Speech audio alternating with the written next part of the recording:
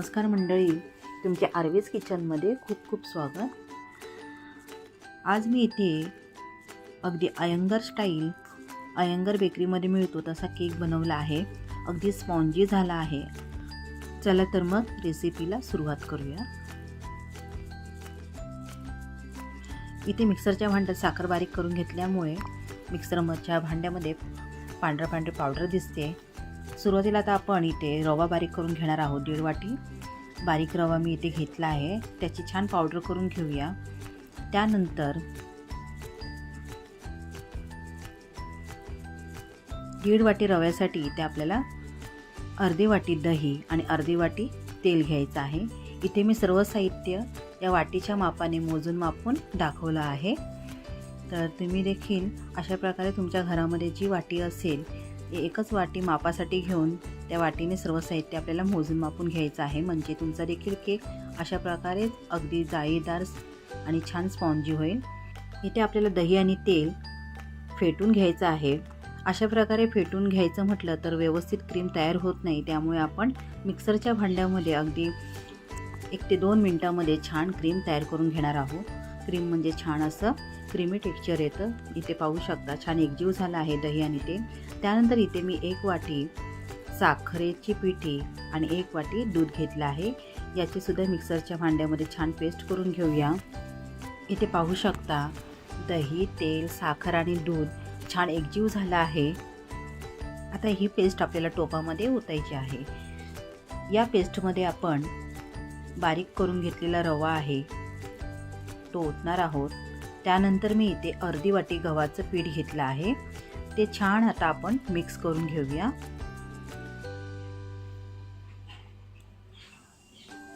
आता व्यवस्थित मिक्स झाल्यानंतर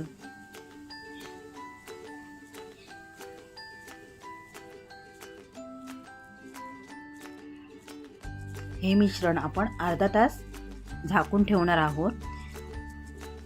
अर्धा तास मिश्रण झाकून ठेवलं त्यावेळी मी इथे अर्धी वाटी साखर सुद्धा या मिश्रणामध्ये मिक्स करून झाकून ठेवली होती।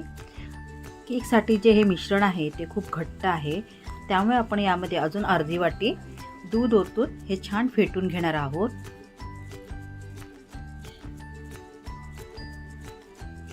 विस्कने अशा प्रकारे छान फेटून घ्यायचे, म्हणजे सर्व मिश्रण व्यवस्थित फेटलं जाईल आणि छान याची पेस्ट तयार होईल।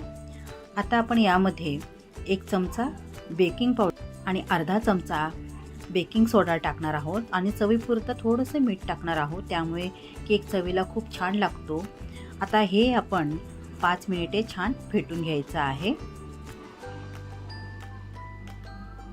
असं फेटून घेतल्यामुळे केक छान स्पॉन्जी होतो। अशा प्रकारे आपल्याला हा बॅटर पाहिजे। त्यानंतर इथे मी या कुकरच्या भांड्यामध्ये हा केक बनवणार आहे। इथे मी बटर पेपरचा वापर केला नाही आहे, तर मग पूर्ण डब्याला मी इथे सुरुवातीला तेल लावून घेणार आहे। तेल पूर्ण डब्याला लावून झाल्यानंतर आपल्याला यामध्ये पीठ टाकायचं आहे। त्यामुळे पीठ टाकल्यामुळे आपला केक आहे तो पूर्ण तयार झाल्यानंतर या डब्यातून अगदी सहजरित्या निघतो। त्यामुळे बटर पेपरच पाहिजे असं काही नाही आहे, बटर पेपर नसला तरी देखील चालेल।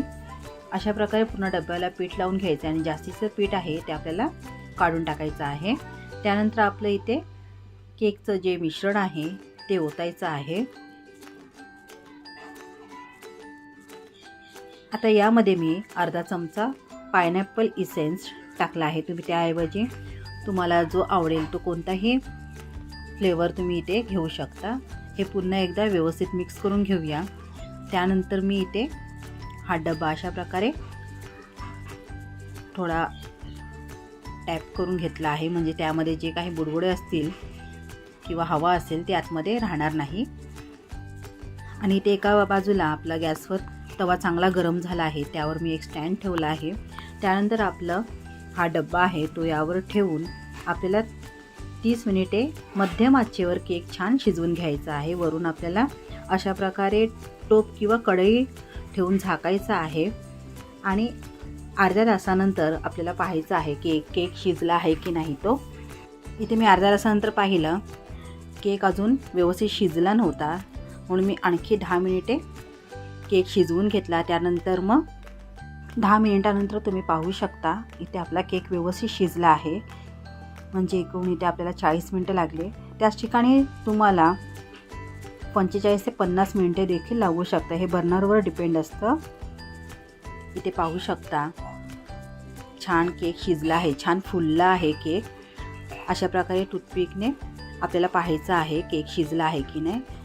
इथे पाहू शकता टूथपिकला कुठेही केक लागला नाही आहे, आपला केक व्यवस्थित शिजला आहे. त्यानंतर मी या कुकरच्या डब्यावरती म्हणजे या केकवरती सुती कापड ठेवलं. सुती कापड झाकून ठेवल्यामुळे यामध्ये मॉइश्चर तसंच राहतं आणि केकवरून सुकला जात नाही, त्यामध्ये ओलावा हा तसंच राहतो. केक थंड झाल्यानंतर आपल्याला हा केक दुसऱ्या डिशमध्ये काढून घ्यायचा आहे. सुरुवातीला सुरीच्या साह्याने बाजूने कडा मोकळ्या करून घ्यायच्या आहेत. त्यानंतर आपलं जे चपातीचं उलटणं असतं त्याच्याने पुन्हा एकदा व्यवस्थित बाजूने कडा मोकळ्या करून घ्यायच्या, म्हणजे केक हा सहज या डब्यामधून बाहेर पडतो. अशा प्रकारे आपलं इथे पाहू शकता रवा आणि गव्हाच्या पिठापासून बनवलेला हा अगदी अयंगर स्टाईल बेकरीमध्ये मिळतो तसाच रवाळ केक झाला आहे. अगदी बेकरीसारख्याच चवीचा आणि खूप छान लागतो. अगदी स्पॉन्जी जाळीदार झाला आहे. ते तुम्ही पाहू शकता. तुम्हाला पाहिल्यावर लक्षात आलं असेलच किती स्पॉन्जी झाला आहे आणि चव तर अप्रतिम लागते. फक्त इथे तुम्हाला मी जे काही साहित्य दाखवले आहे त्याप्रमाणेच तुम्हाला इथे घ्यायचं आहे. चुकण्यासारखं तर अजिबात नाही आहे. नवशिके देखील व्यवस्थित हा केक बनवू शकतात. इथे आपल्याला दही आणि तेलाचं प्रमाण सारखंच ठेवायचं आहे. त्यानंतर दूध, रवा आणि साखर यांचे प्रमाण अगदी सम असायला पाहिजे. त्यामुळे चुकण्यासारखं अजिबात काहीच नाही आहे. आणि इथे आपण जेवढा रवा घेणार तेवढीच आपल्याला साखर घ्यायची आहे, तरच आपला केक व्यवस्थित गोड होतो. तुमच्या घरात देखील लहान मुले असतील तर नक्की करून पहा हा केक, कारण लहान मुलांपासून मोठ्यांपर्यंत सर्वांनाच आवडेल याची मी खात्री देते. तुम्हाला जर माझी आजची रेसिपी आवडली असेल तर नक्की लाईक करा. जास्तीत जास्त तुमच्या मित्रमंडळींना, नातेवाईकांना शेअर करा. धन्यवाद.